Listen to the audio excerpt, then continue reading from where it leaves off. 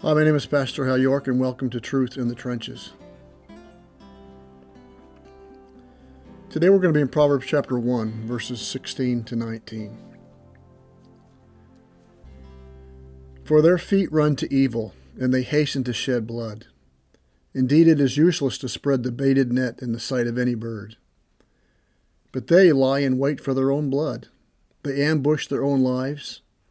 So are the ways of everyone who gains by violence. It takes away the life of its possessors.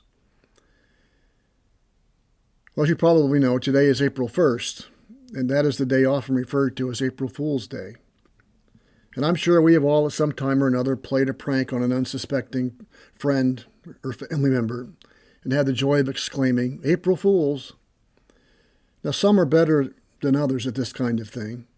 And if you have a family member or a coworker who's especially adept at it, you probably woke up this morning prepared and expecting such shenanigans, so as not to be surprised or taken in by some crazy news report or harmless prank.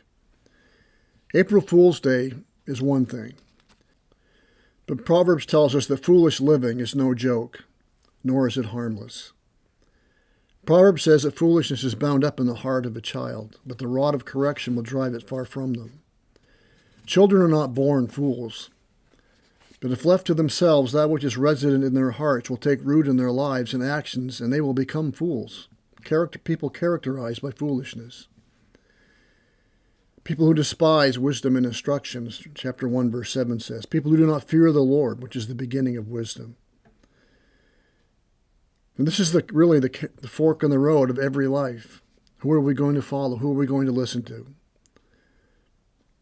If we listen to the fear of the Lord, our lives will be marked by the fruit of wisdom. If we reject it and pursue foolishness, then our lives will bear the fruit of foolish living. But there's one characteristic of the fool we see in our verse today that carries out through the book of Proverbs, that fools are characterized by violence. They have no concern for others. Their feet run to evil, and they hasten to shed blood. They're not walking towards it. They're running to it. And we see this in the preceding verses. My son of sinners entice you, do not consent. If they say, come with us, let us lie in wait for blood. Let us ambush the innocent without cause. Let us swallow them alive like Sheol, even whole, as those who go down to the pit, verses 10 to 12. We see this senseless, violent, cruel, thoughtless person. And as we see in verse 10, they are always trying to drum up recruits who will follow them into their folly. They say, let us ambush the innocent without cause.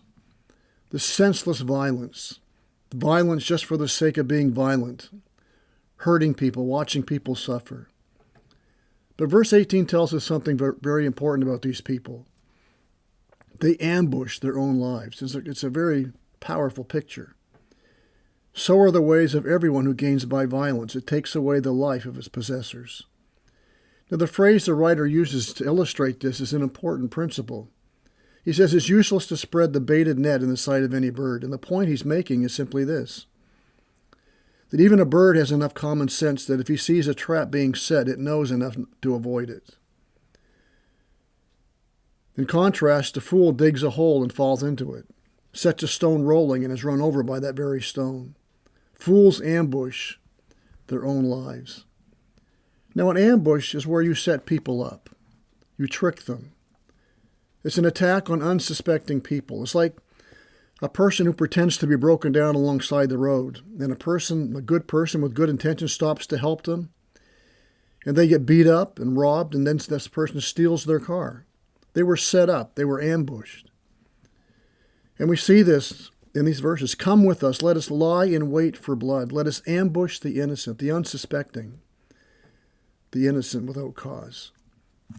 Proverbs says this person is a fool. This person ambushes their own life. They don't have the sense to see that they're destroying their own lives by their own actions and choices. They don't see it coming, but they should have. An ambush works because the danger is hidden to the unsuspecting. The fool ambushes their own life. They're totally unsuspecting of what they're doing in their own life because they think they're wise in their own eyes. They think they see everything. They can't be taken in, but they are taken in and deceived by their own foolishness, by their own pride, which blinds them to the consequences of their foolish choices and where they lead. Proverbs warns us time and time again about the consequences of foolish behavior. But the fool doesn't have the common sense God gave a bird. When you watch a person getting sentenced by a judge, and sometimes we can go on YouTube and you can watch that take place. When you see this person getting sentenced by a judge for a crime they committed, a senseless, cold-blooded murder or a violent act, and you see this 20, 25-year-old person sitting there, their whole life ahead of them, and as the verdict is being read, their eyes are getting big as saucers as this person is sentenced to life in prison. You're watching the eyes of someone who just ambushed their own lives. It was their choices that brought them there. And so are the ways of everyone who gains by violence.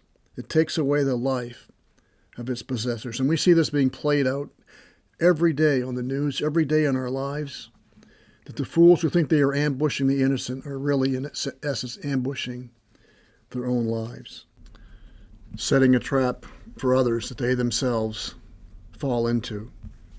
Such is the life of a fool. But the fear of the Lord is the beginning of wisdom.